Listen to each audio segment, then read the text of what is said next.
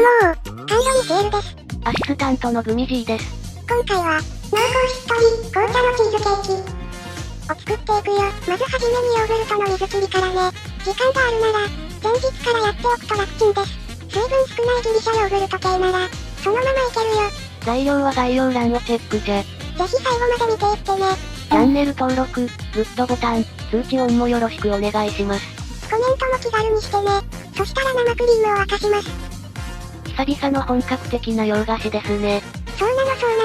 ミスターチーズケーキさんの、チーズケーキ見てたら食べたくなっちゃったのよね。どんな感じなんだろうって、気になったから、今回のチーズケーキは、ミスターチーズケーキさんのレシピを参考に、材料を簡略化して作っていきます。生クリームが沸いたら、火を止めて、紅茶の茶葉を投入。選ばれたのはアールグレイでした。あやたかみたいに言わないでください。お好みの茶葉で OK よ。ティーパックの中から使うのもありなのだ。そしたら混ぜて、蓋をします。このまま10分くらい置いて、生クリームに香りを移すよ。アンフィゼというやつじゃな。寝かせてる間に、チーズの方を進めるよ。クリームチーズをほぐします。硬いから禁止よ。常温に戻してないとき、室温が低いときは、溶かさない程度に温めよう。ほぐれたら次に、お砂糖を入れます。泡立て器が混ぜやすいと思うよ。ダマがないように。そしたら10分経ったでしょう。パッカーン。そこにホワイトチョコレートを入れます。余熱で溶ければ OK。冷めてるときは、沸かさない程度に温めるといいよ。チョコが溶ける温度で十分。熱すぎるとホワイトチョコが、ブツブツになっちゃうから注意。ダマなければ OK。さっきのクリームチーズたちに合わせます。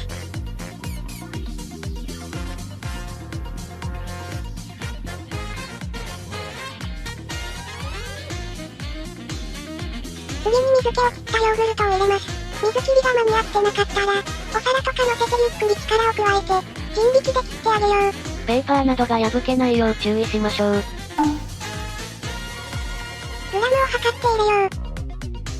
余った水分は貴重な乳タンパク、プロテインや料理に使いましょう。お菓子にも使ってみたいね。スコーンとかの牛乳とか水を、これにも使えたら、高タンパク、マッチョだしの完成ね。生地の続き、ヨーグルトを加えたら混ぜるよ。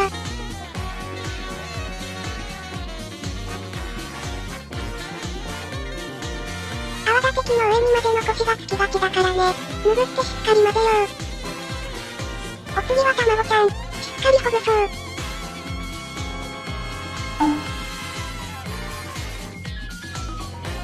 そしたら3回くらいに分けて、混ぜよう。はい、混ぜ切りました。次にレモン汁。チーズケーキに入れると、味が締まるよね。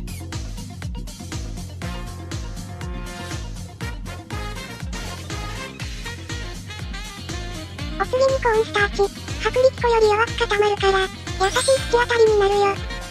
ない人は薄力粉よりも、片栗粉で代用した方がより近いですぞ。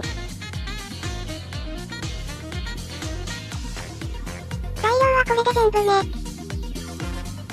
では最後にこしていきます。卵、チーズの混ぜ、粉、いろんなところでダマになり得る要素があるから、最後にこした方が確実だし、格段に口当たりが良くなるのだ。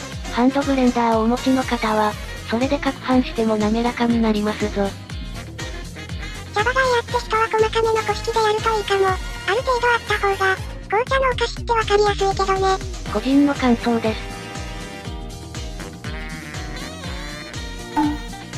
私はこの大きめの茶葉は入れなかったよ。結果的に細かいのはそこまで口当たりの邪魔にならなかったかな。あ、そういえば型準備してました。この繰り返し使えるクッキングシート便利だよ。洗濯バサミみたいな固定できるアイテムあると、流すときにペーパーやシートが連れてかれなくて、スマートにできるよ。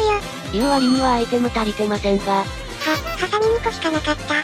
クリップなどでもできますぞ。みんなはスマートにやりましょう。そう。こういうことになって、口についたりして大変だよ。ってことを伝えたかったの。見せて伝えるタイプでしたか。にして。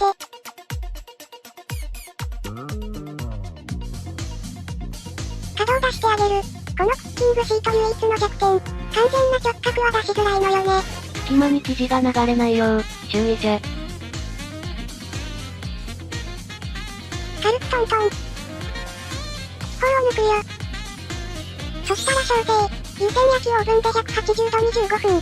一度扉を開けて温度を150度に下げてから、湯煎焼きオーブンで150度20分くらい、です。オーブンの黒い鉄板の深さ少し下まで、お湯を流して焼きましょう。反転や取り出すときに、やけどに注意だよ。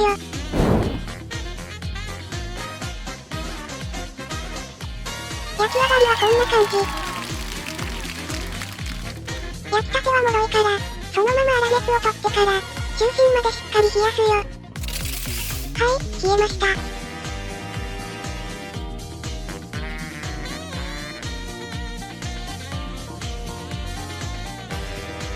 オーライ。オーライ。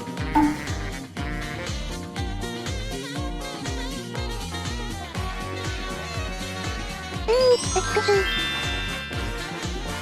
これで完成。